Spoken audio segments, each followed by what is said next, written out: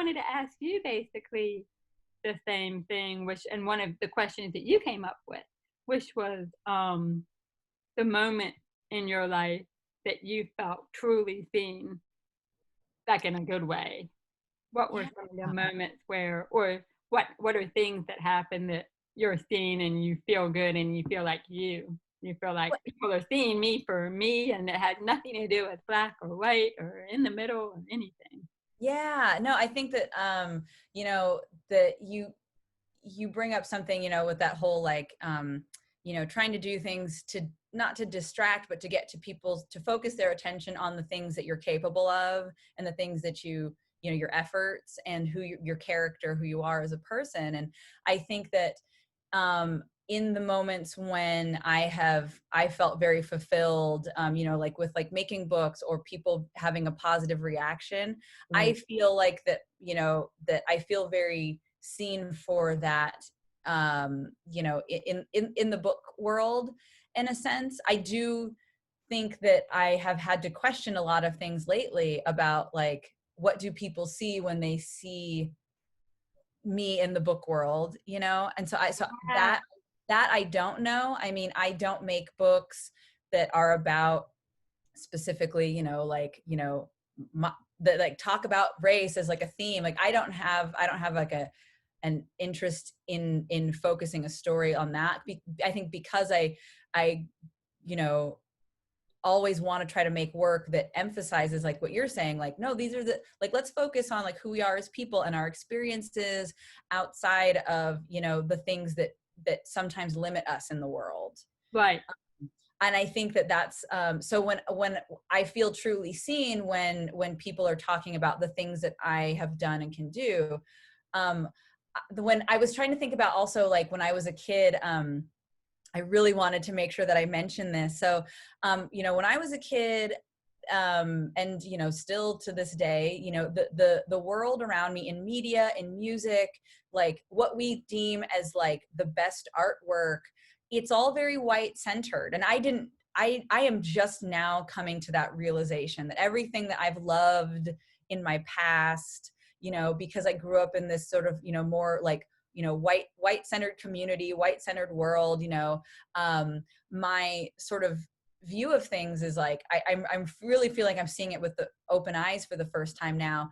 So like, I remember when I was a kid, I didn't see myself in books. Like there were no black girls in books unless it was a book about slavery or the civil rights movement. That was it. Like, so it was talking about these, my skin color and my ethnicity tied to some terrible, sad, historic events. That's what books, children's books, and you know, the world like sort of like reflected, right?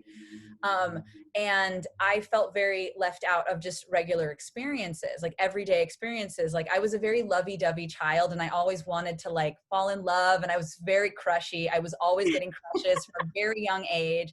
So, you know, I would imagine these things, but it was very also hard for me to see myself getting that opportunity realistically. Like I never thought when I was a kid, as lovey-dovey as I was, I never actually thought that anybody would love me.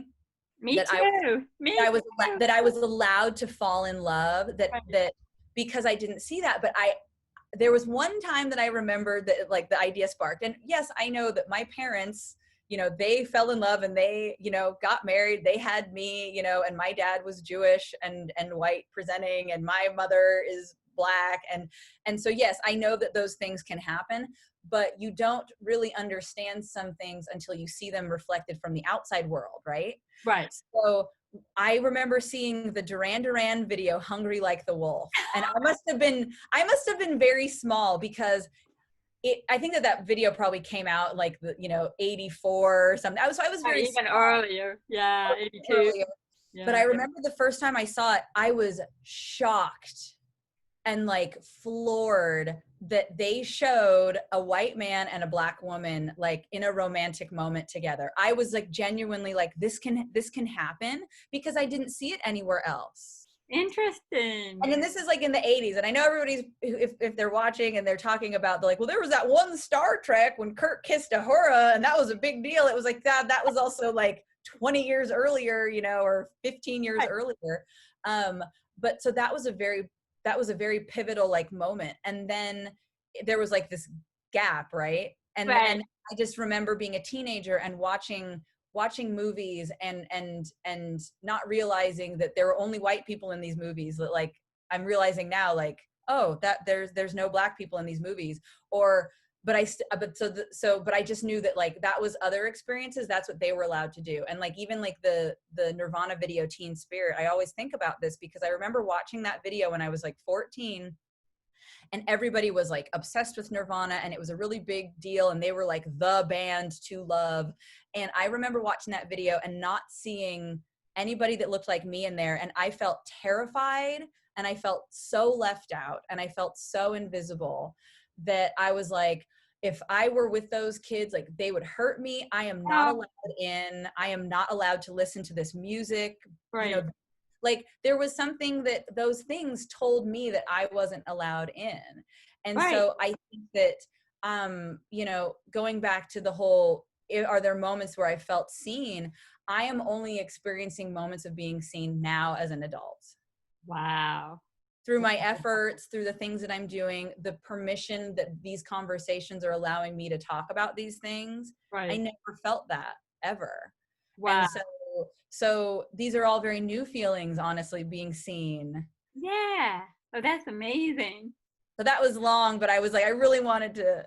No, I love that. I love thinking about you as a kid seeing that Duran Duran video, which I made fun of because of all Cheesy. Yeah, the he's like got the white like, paint yeah, like wipes his and hand. you know the sweat. And I thought Duran Duran was all like sweaty and so in love with himself. And I love thinking about it in this new fabulous way, that it was something that helped you.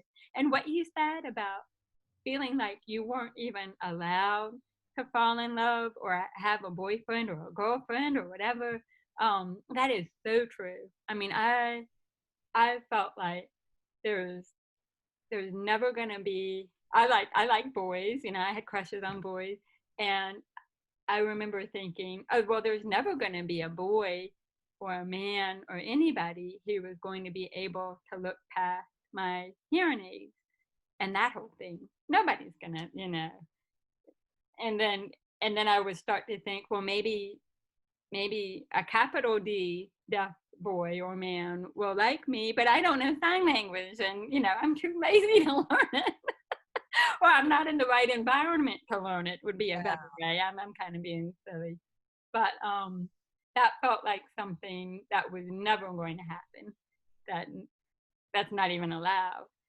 But then And that's a I met big thing to Tom. feel. That's a big thing to feel left out of and Yeah, invisible. totally. Left out of love, you know, left out of that kind of a future. And so when Tom and I met, we met in college, and he, it was just like this, who is this person? Because he treated me like he was treating everybody else, for one thing. So I really started to think, I thought, oh, he must not know.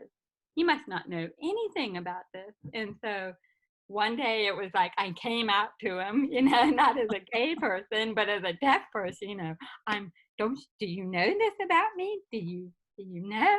And he said, oh yeah, sure. And it Wow. was just a shock because that was never part of the conversation. And and I didn't need for it to be part of the conversation, but I sort of did, because what if he finds out and he doesn't want that? He doesn't want that. He doesn't want some of the work that comes with that. Not that it's work, but you know, there's it's hard. It's hard for him sometimes when um, he has to navigate things for me. You know, he hates making telephone calls as much as I do, and I'm telling him to make my calls like he's a secretary or something. But that totally, yeah. When you said that, that really, it is being left out. You feel like you're left out of these experiences because you don't see them. You don't. You can't believe them. You know what I mean? You almost Yeah, like you can't believe that this can't be true. And yeah, I think when you're a kid, at least. yeah, but you need to see that. And I think, having, Tom, that experience with Tom, and you said that you were just like, it was a big deal for you to announce, sort of like announce that, make that aware, like make sure that he understood. And do you feel like that was one of the first times, or that was a big moment that you felt truly seen, that it's like he already knew and that it was fine? Yeah, it was almost like the relief I felt. It was,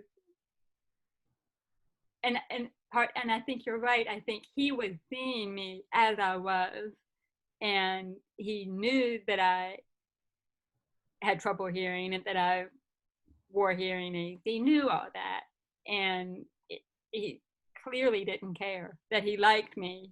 Wow. And he really liked me enough to follow me around campus every day. That was nice.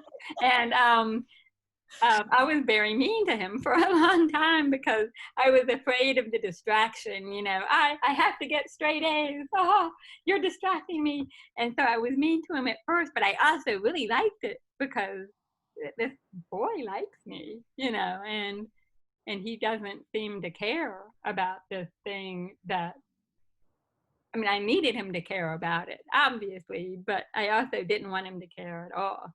And it didn't get in the way, would be a better way to express that. But Yeah. and Aaron, your husband, when we all got together that one day and talked for a while, and he did that imitation of seeing you in college and just being like that. He saw you. When you say that you're invisible, it just really strikes me. It's hard for me to believe that because I look at you and you're just so beautiful. You're like, I'm seeing you because you're so beautiful and awesome and everything else. Please, no, don't. But I know exactly what you're talking about too. Well, I think, the funny thing too, and I don't know if this ties into any of our questions that we had sort of batted around, but I think that you bring up something very interesting with the component for me with race. I think that I'm not going to say this because this is like a vanity thing. I'm going to say this to start off what I want to talk about. I have been told things like before that, like, oh, you're so beautiful, right? And I'm not saying that once again, this is not like an ego stroke, whatever. I think sometimes, a lot of times in my past, people have said that because it's their way to sort of, it's that exotification. It's like, you're exotic, and that no. So there's a strange connection. I doubt when people compliment me, like, on how I look, because if they're a white person, because I can't trust where it's coming from. So, I've just messed up. And no, take it all back. You're a sin, Jessica. That's what I was hoping you'd say, Cece. I totally hear what you're saying. Totally. Well, I think that so that's the hard part for me, is that when for feeling invisible for so long and feeling like, left out of, both camps of, of race, like black or white or whatever, when people would tell me things about how I looked, I didn't know genuinely why they were saying them. If they were saying them to be nice, or if they were saying them because, like, wow, you're so different, you're exotic looking. Right. There's a scene in Wayne's World where Rob Lowe's character, he says to Tia Carrere, he says like you have a very exotic look, and she gives him this sideways look and goes, uh-huh, or like, right, like, and that moment I was like, I relate to that, because I think it's a way for people to say, like, oh, like either like, you're okay, or you're one of the good ones, or like, there's it's loaded. So when people compliment my appearance, I don't know why they're saying it, so I don't believe it. That makes so much sense. that's amazing. That's I don't know. well, I say it because you're like, you just radiate the positivity. It just comes out. Well, thank you, Cece. You're not too shabby yourself. But I totally get what you're saying. I totally get what you're saying. Like, I think a similar thing for me would be someone saying, wow, you you've accomplished so much, or you're so smart for a deaf person. You're sort of like filling in the blanks. And you're probably doing that too. Wow, you're so beautiful. And you're thinking, well, you know, who is this person who's telling me that? That makes a lot of sense. Yeah. That you would feel a little bit like, I don't know. And I think, like, from the things that you're saying and what I'm saying, like, they overlap because that feeling of invisibility and being left out, it's like that othering, right? Like, even like we're being put in a category of other always, like we're Right. other. Always.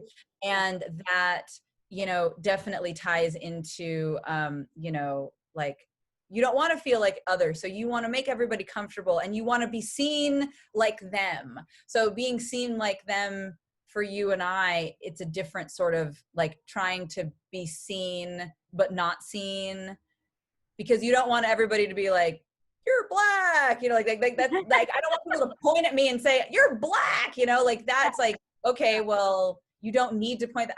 I know Right. I know this thing about me. You want to be seen for the right reasons, and the ways that you want to be seen, I'm not trying to speak for you, but like the ways I think that we want to be seen are for, yes, our achievements, but yes, for those things that are a part of us. Like, you don't want to not be seen as deaf. You don't want to be seen as just hearing without that other part of you, Right. Exactly. You want it to just be there, just like, like, oh, you're wearing a green shirt. Like, it's natural. It doesn't stand out in a way that makes you feel other. Absolutely. Wow. Well said. Well said. And I think it's kind of all of my books before El Defo had nothing to do with deafness. But they often had stuff to do with friendship and even with maybe feeling different, but not directly about deafness until El Defo. And that was a decision I made on purpose. I knew that I needed to make my mark just with any old story, but not that one. I needed to make sure that I could make it with pictures and stories that didn't have anything to do with that. And I think your books are kind of similar, where you haven't made the decision to tell. No. I mean, sort of, to some degree. I may be misspeaking here, but like, I think, like, I totally hear what you're saying. And it's funny because I was, thinking quickly, like, each of my books, my picture books that have come out, they've all kind of come from, personal experiences, like they're very like definitely. But my picture book that comes out, I think it comes out next spring, my picture book Daisy, it's about a warthog that is different, feels different and is made to feel different by the other girls that she goes to school with. So she has to find something that she enjoys and to put her love into that. Wow. Okay. And that is like even though, yes, it's animals, because I just like, I love animals. But I also think it's, for me, it's a way for me to, have that inclusion, that lots of people with different experiences and different backgrounds can see themselves in something. That's right. I think that's one reason why I gravitated towards kids' books with animals when I was a kid, because I didn't see Black people in books, first of all. Right. And second of all, I had to gravitate towards things that I could connect to. So an animal having an experience and a situation about their character or their experiences, that made more sense to me. So the Daisy, though, I would say very much is, while it is animals, it is very much my feelings, in this sort of broad sense about growing up. It's like, you know, a warthog is a traditionally not very attractive animal. And, you know, so this animal is next to all these other ones that they don't all look the same. It's not all the same animals, but they're regarded as pretty. And they talk about that, you know, so Right. it's that very basic thing of feeling like you look different and you know that you're different, and then other people make you feel different for how you look. Right. And, you know, what you do with that. And, you know, I think that, you know, not in that story, I sort of take it in a different way. Then maybe, you know, if I were going to make the same story now, maybe I would change how things sort of resolved. But it's very much connected to how I felt as a child. Wow, that sounds like a great book. That sounds like I a hope it really will be. good book. Yeah, I'm sure it will be. Yeah, that makes so much sense. I feel like I was telling in my picture books, especially these. Well, not all of them. Some of my picture books are just arguments between goofy characters. I mean, they don't have anything to do with friendship really, or anything like that. But I definitely made this very conscious decision. You know, not I'm not I'm not telling that story, but then something shifted and I was ready to tell it. But I wasn't ready for Grateful. I'm it. so grateful, and I'm sure so many other people are grateful that you did. Thank you. Yeah, but cool, cool. Do we have anything else that we need to? We have so I many. feel like we I think this yeah. is done. Yeah. What is the biggest, most annoying thing someone can say or do that makes you feel invisible? And since we probably don't have too much time, Yeah. like, can you think of like the one thing or one big thing that somebody might do? That I think I'll to go back to the colorblind thing. That makes me feel like they want me to be invisible. So it feels like it's intentional. It's like, I don't see color. I'm like, well, to a white person saying that to a person of color, I don't see color, even just the words, I'm a person of color, and this person says, I don't see color. That means I don't see you. wow. I don't want to see you. I don't want to acknowledge you. That makes me feel very invisible. And I think Wow. the, you know, the reverse of that is when the visibility is like so intense. That doesn't make me feel good either. Like, I was at a professional meeting in, you know, in our industry, I will just say that. And I was in a room with many people, a lot of people I didn't know, some people I did. And there was a question or a conversation about, you know, race in publishing that came up to the person who was speaking on stage. Oh And no. that person said, well, you know, like, yes, you know, there's a lack of diversity in publishing. Just look around the room. And someone in the room looked at me and yelled and pointed, well, we've got Jessica. I was the only Black person, or maybe like if there was one other Black person in the room. Like, they literally called me out by name and pointed at me in front of hundreds of people and said, we have her. We've got Jessica. And like, Oh, it was supposed to be kind of funny, but I was very like taken off guard. what And did you do? I did the thing that I always do. I make people try to feel comfortable. So I laughed and I was like, it's true. I know you did, because I would have done the exact same thing. And doesn't that make you sad and mad at yourself? Yes. Yeah, me too. Me too. I, Maybe that's what we need to. We need to like combine our powers and be like, and not do that. yeah, I mean, and I think now in that moment, what I could have done, I could have stood up and said, no, you don't. And I walk out of the room. Oh yeah, baby. That would be awesome. But in those moments, like, you don't know what to do. You don't know how to feel. And that's a lot of pressure to put on me to always know how to rise to, you know, a situation. Right, I right. have great comebacks like days later.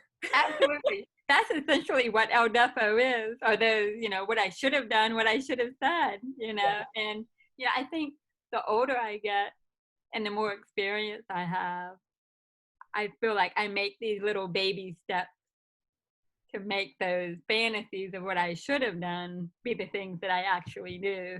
And Yeah. I think we'll get there. I hope we get there. I hope so too. I mean, and then really quick, did you want to say if there was something that in the question back to you?